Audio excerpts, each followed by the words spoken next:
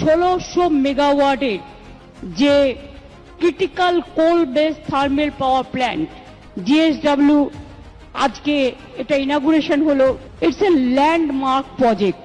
এটা ইস্টার্ন ইন্ডিয়াতে, পূর্ব ভারতে কখনো আগে হয়নি। 800 করে দুটি ইউনিট হবে, অর্থাৎ 1600 মেগাওয়াট হবে পাওয়ার উৎপাদন। এবং এটা হলে 23টি জেলার মানুষ they will get the power. সব মিলিয়ে এখানে শুধুমাত্র এই প্রজেক্টে 15,000 মানুষের কাজ হবে, কনস্ট্রাকশন ওয়ার্কার সবকিছু মিলিয়ে। যখন আমরা পাওয়ারে এসেছিলাম it was only 2000 megawatt. Now it reached 10,000 megawatt.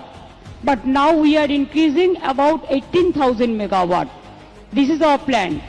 These two that JSW is doing, and from West Bengal Power Department, they are also doing 5 new power projects.